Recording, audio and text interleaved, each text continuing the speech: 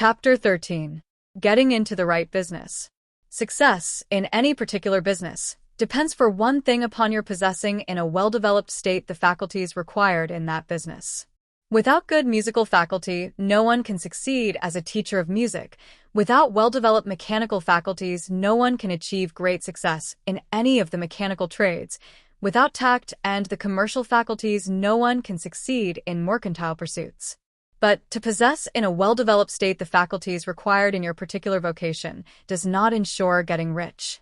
There are musicians who have remarkable talent and who yet remain poor. There are blacksmiths, carpenters, and so on who have excellent mechanical ability, but who do not get rich. And there are merchants with good faculties for dealing with men who nevertheless fail. The different faculties are tools. It is essential to have good tools, but it is also essential that the tools should be used in the right way. One man can take a sharp saw, a square, a good plane, and so on, and build a handsome article of furniture. Another man can take the same tools and set to work to duplicate the article, but his production will be a botch.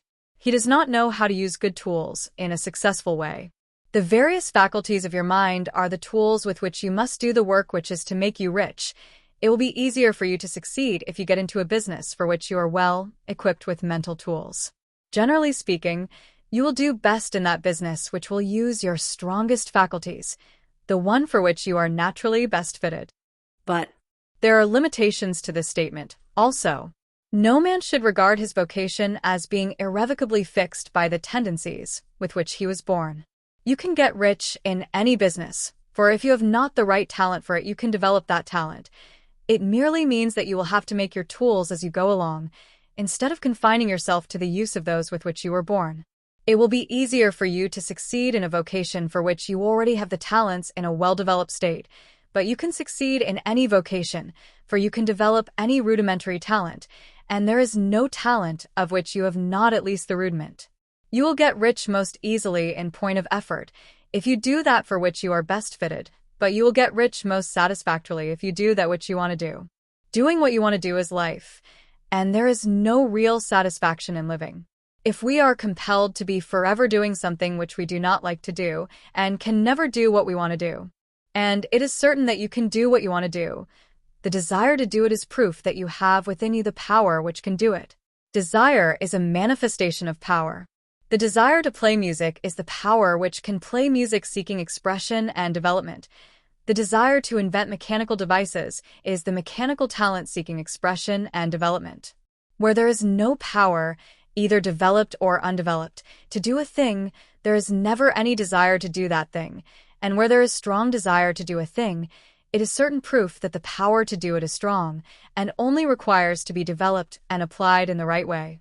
All things else being equal, it is best to select the business for which you have the best developed talent, but if you have a strong desire to engage in any particular line of work, you should select that work as the ultimate end at which you aim. You can do what you want to do, and it is your right and privilege to follow the business or avocation which will be most congenial and pleasant. You are not obliged to do what you do not like to do, and should not do it except as a means to bring you to the doing of the thing you want to do.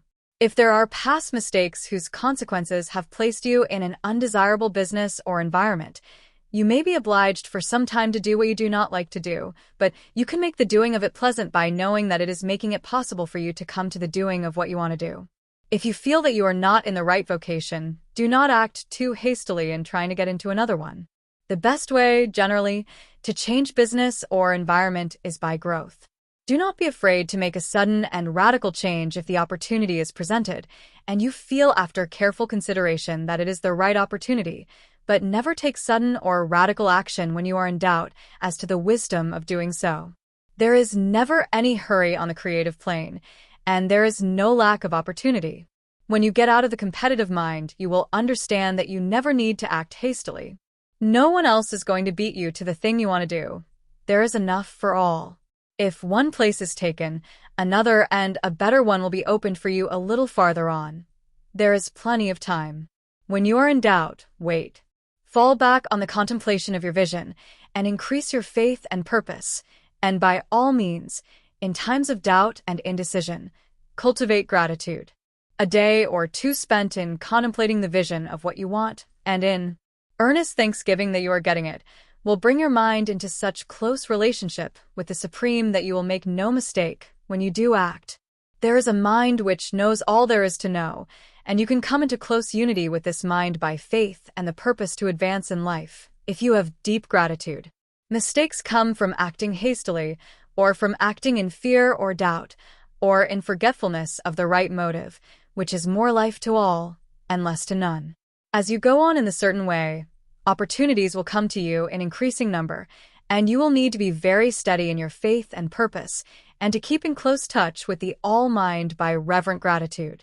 Do all that you can do in a perfect manner every day, but do it without haste, worry, or fear. Go as fast as you can, but never hurry. Remember that in the moment you begin to hurry, you cease to be a creator and become a competitor. You drop back upon the old plane again. Whenever you find yourself hurrying, call a halt. Fix your attention on the mental image of the thing you want, and begin to give thanks that you are getting it. The exercise of gratitude will never fail to strengthen your faith and renew your purpose.